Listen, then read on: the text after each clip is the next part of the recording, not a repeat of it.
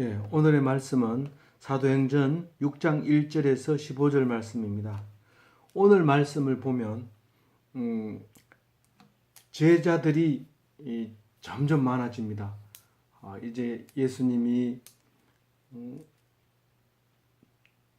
죽으시고 십자가에 죽으시고 3일 만에 부활하시고 40일 동안 부활체로서의 500여 형제들에게 보이시고 성천하시고 일주일 뒤에 성령이 오셔서 성령을 체험하고 베드로가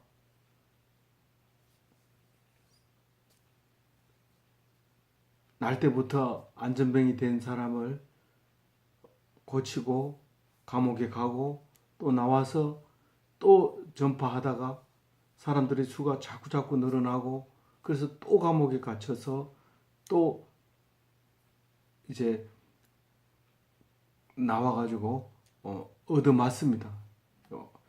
그래서 얻어맞은 걸 기쁘게 생각하고 그렇게 인구 신도들이 점점 늘어나게 됩니다. 이렇게 늘어나게 됐을 때에 이제 이제 뭐 5천 명이 넘고 이제 점점 많아지니까 그 속에는 이제 유대인들이 주로 있죠. 유대인들 거의 유대인들인데 아직은 이제 유대인들이 예루살렘에서 이렇게 모이고 있는데 이 예루살렘에 모이는 유대인들은 그 18개 이상의 각 나라에서 온 유대인들입니다.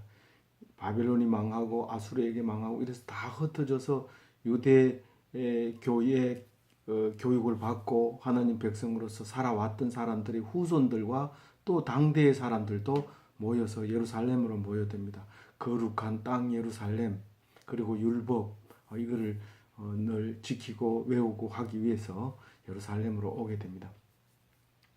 이렇게 왔을 때 예루살렘에는 흩어졌던 디아스포라의 유대인과 남아있던 유대인과 이렇게 이제 있게 되는데 특히 이제 외국에 갔던 사람들은 노예로 살다가 풀려난 사람들이 이제 오게 되니까 자유인이라는 말을 하게 됩니다. 자유인, 다시 말해서 흩어졌던 각국의 유대인들, 디아스포라들과 이제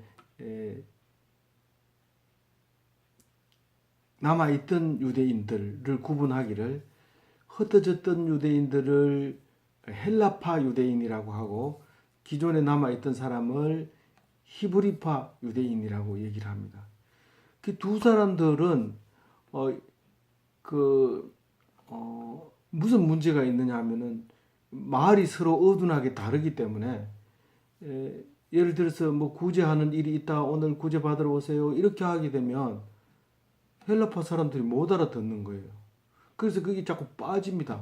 그러니까 이제 그러다 보니까 사도들 12사도들이 이걸 거기에 일일이 간섭하다 보니까 사람은 많죠. 그러니까 안 됩니다. 이제 뭐 이렇게 너무 바빠지게 됩니다. 그래서 이제 집사를 뽑게 되는데 이제 7집사를 뽑습니다. 그 7집사를 뽑고 뽑았는데 그 7집사는 이제 12명의 사도들이 손을 얹고 안수해서 이제 되는데 첫 번째가 이제 7집사 중에 첫 번째가 스데반이 나오고 그다음에 두 번째 빌립이 나오고 제일 마지막에 니골라라고 나옵니다. 이 가운데 이제 네 사람은 이름이 한 번밖에 안 나오는 사람들입니다.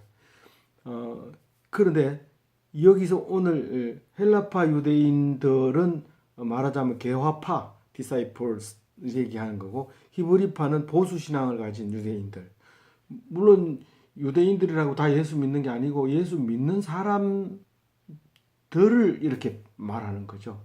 근데 오늘 이제 큰 일이 사건이 터지게 되는데 이 사건 터지는 것은 결국은 이 헬라파 개화의 이제 물결을 타고 지식인이라고 생각했던 다시 말해서 우리는 유대인으로서의 교육을 받고 하나님을 잃지 않고 여태까지 살아왔고 지금 이스라엘 땅 예루살렘에서 거룩한 곳에서 예배드리러 하나님 앞에 왔다. 이렇게 하는 그 사람들, 자부심이 대단한 유대인들과 이제 기독교로 개종한 헬라파나 히브리파 유대인들 하고의 이제 충돌이 일어납니다. 충돌이 일어나면 누가 얘기를 해야 되겠어요? 헬라말을 잘하는 유대인, 헬라파 유대인이 나가서 이제 언쟁으로 싸워야 되겠죠. 히브리인들은 헬라말을 잘 모르니까 그냥 하면 싸움이 안 일어납니다. 모르기 때문에. 근데 말을 잘 하면 싸우게 됩니다. 그래서 좀 바보 같은 말 잘 못하는 사람은 싸울 리가 없어요. 그냥 얻어맞고 오든지 아니면 때리고 오든지 둘 중에 한 개인데 말을 잘하면 서로 싸우고 코피 터집니다. 오늘 이제 그 11절하고 11절 죄송합니다. 6장 1절에서부터 4절까지 한번 읽어보겠습니다. 그때의 제자가 더 많아졌는데 헬라파 유대인들이 자기의 과부들이 매일 구제에 빠짐으로 히브리파 사람을 원망하니 12사도가 모든 제자를 불러 이르되 우리가 하나님의 말씀을 제쳐놓고 접대를 일삼는 것이 마땅하지 아니하니 형제들아 너희 가운데서 성령과 지혜가 충만하여 칭찬받는 사람 7을 택하라. 우리가 이 일을 너희에게 맡기고 우리는 오로지 기도하는 일과 말씀 사역에 힘쓰리라 하니 이렇게 얘기했습니다. 그래서 12사도는 말씀 전하고 기도만 하겠다는 거고 이제 그 밖에 모든 디사이플스들은 성도들에게 7 집사를 뽑겠다 그렇게 얘기를 합니다. 이 7 집사를 뽑아 어떻게 한다고요? 접대하는 일을 한다. 접대하는. 이거는 트라페지라고 하는데 날마다 이제 그 빵을 나눠주고 일용할 양식을 나눠주면서 이렇게 하는 행사 하는 일인데 지금 우리 교회에서 막 이렇게 분주하게 바쁘게 돌아가는 거는 주로 바자회인데 뭐 성질이 좀 털려서 그렇지 하여튼 그런 행사는 집사들이 하는 거예요. 목사님이 나와서 바자회 막 이렇게 하고 이렇게 하는 게 아니고 그래서 7 집사는 믿음이 충만하고 성령이 충만하고 지혜가 충만한 사람을 뽑아야 된다. 그래서 그 사람들은 칭찬받는 사람일 것이다라고 이제 생각하고 그 사람들을 자격으로 이제 내걸고 12 집사를 뽑습니다. 그러면 이제 그 7 집사는 스데반, 빌립, 브로고로, 니가노르, 디몬, 바메나, 니골라 이렇게 되어 있습니다. 첫 번째로 이 스데반의 이야기를 제일 첫 번 하게 되는데요. 이 스데반은 첫 번째 순교자가 됩니다. 물론 첫 번째 집사기도 하지만은 첫 번째 임명된 집사고 제일 먼저 나오는 집사기도 하지만 제일 먼저 순교하게 됩니다. 이 사람은 헬라 말을 잘 합니다. 그래서 헬라 사람들하고 이제 언쟁이 붙게 되고 결국은 그 언쟁에서 지혜가 충만하고 권능이 충만하니까 감당을 못하니까 거짓 정인을 동원해서 돌로 쳐 죽이는 사건이 오늘 이야기부터 시작해서 이제 뒤로 3일간 이야기를 하게 될 겁니다.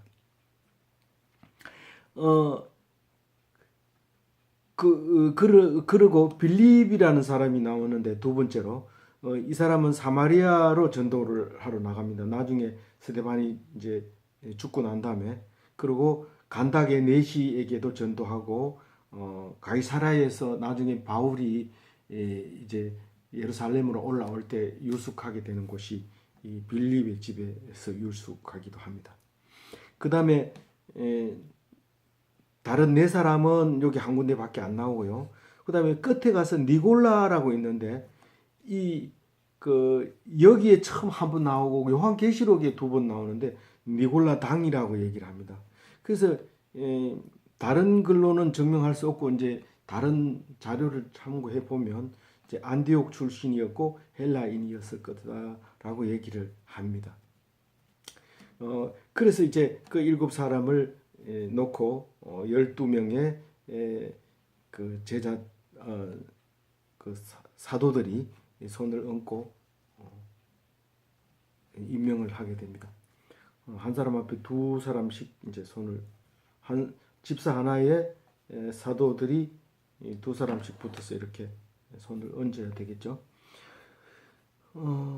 그렇게 해서 이제 임명이 끝났는데 7절에 보면 5절, 6절, 7절 읽어보겠습니다. 온 무리가 이 말을 기뻐하여 믿음과 성령이 충만한 사람 스데반과 또 빌립과 브로고로와 니가노르와 디몬과 바메나와 유대교에 입교했던 안디옥 사람 니골라를 택하여 사도들 앞에 세우니 사도들이 기도하고 그들에게 안수하니라. 하나님의 말씀이 점점 왕성하여 예루살렘에 있는 제자의 수가 더 심히 많아지고 허다한 제사장의 무리도 이 도에 복종하니라. 이랬습니다. 이 성도들이 늘어납니다. 제자들이 늘어납니다. 디사이플스가 늘어납니다. 그 말씀이 점점 왕성해지고 제사장도 제자가 됩니다. 제사장은 율법주의잖아요. 그 율법주의가 그 율법을 잘못됐다는 것을 알게 되고, 잘못된 건 아니죠. 율법보다 더 좋은 게 있다는 것을 알고 예수를 믿게 되는 것이죠. 이제 일곱 집사를 뽑았고 성도들이 늘어나고 제사장들도 예수님의 제자가 되고 디사이플이 되고 이제 스데반이 역할이 이제 나오게 됩니다. 당연히 스데반은 헬라 말을 할 수 있기 때문에 헬라에서 온 자유인들, 그 유대인들을 상대로 믿지 않는 사람들을 상대로 이제 논쟁을 벌이게 되죠. 논쟁을 이제 벌이게 되면은 스데반은 지혜와 성령이 충만해서 그 사람들을 능히 말로서 이깁니다. 근데 그게 이제 죽음을 초래하게 되는 거죠. 자, 우선 8절 9절 읽어봅니다. 스데반이 은혜와 권능이 충만하여 큰 기사와 표적을 민간에 행하니 이른바 자유민들 즉 구레네인 알렉산드리아인 길리기아와 아시아에서 온 사람들의 회당에서 어떤 자들이 일어나 스데반과 더불어 논쟁할세.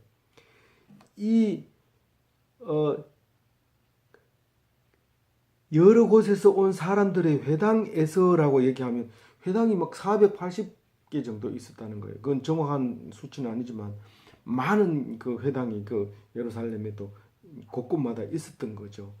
그랬는데 그 사람들하고 스데반하고 갈 때마다 이제 충돌이 일어나는 거죠. 이제 논쟁을 하게 되죠.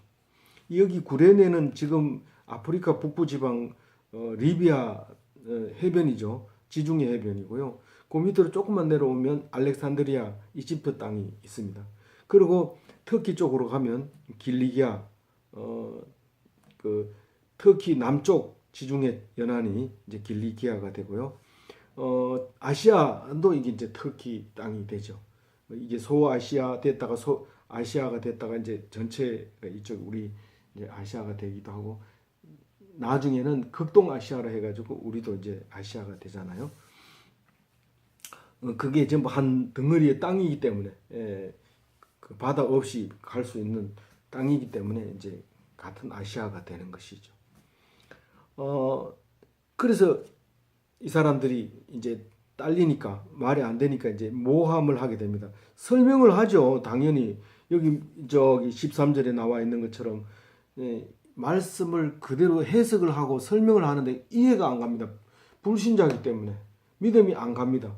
그러니까 결국은 그것을 그대로 말하는데도 그 사람들 보기에는 신성모독이고 모함 그건 불법인 거예요. 율법이 어긋나는 거예요. 그래서 이제 죽이려고 하는 겁니다.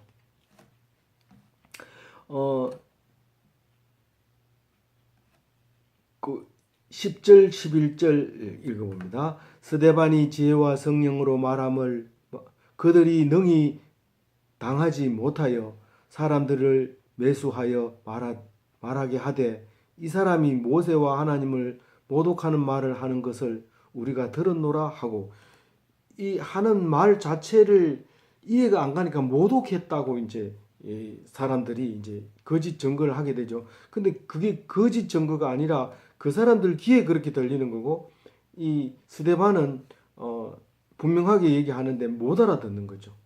그래서 이 제목은 결국은 예수님의 제목하고 같습니다. 신성 모독죄에 해당하는 겁니다.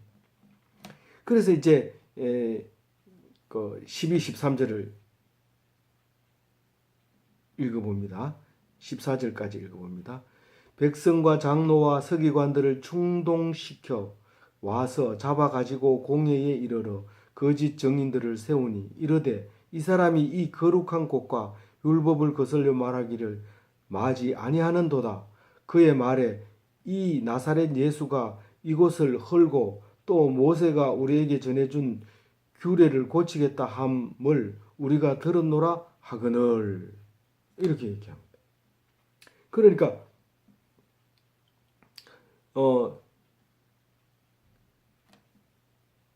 공회원들을, 체포권이 공회원들밖에 없으니까요. 공회원들을 자꾸 이렇게 충동질 해가지고 백성, 그 공회원 소속의 백성 도당들이죠.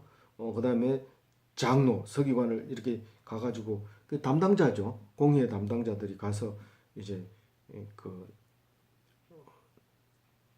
사도들을 이제 체포해오고, 요번에는 이제 집사가 이제 그 언쟁해서 이기니까 이제 그